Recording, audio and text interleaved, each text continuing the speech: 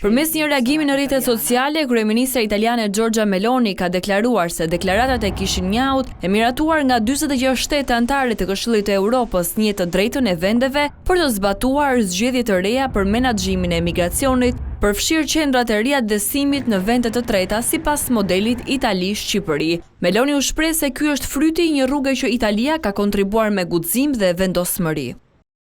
Ajo që vetëm një vit më parë konsiderohej e diskutueshme, sot është kthyer në një parim të përbashkët për 46 shtetet anëtare të Këshillit të Europës dhe demonstron edhe një herë se qasja italiane ndaj një menaxhimi të rregullt të flukseve migratore e ndjekur me seriozitet dhe qëndrueshmëri nga qeveria jon, tani është bërë edhe qasja e Evropës.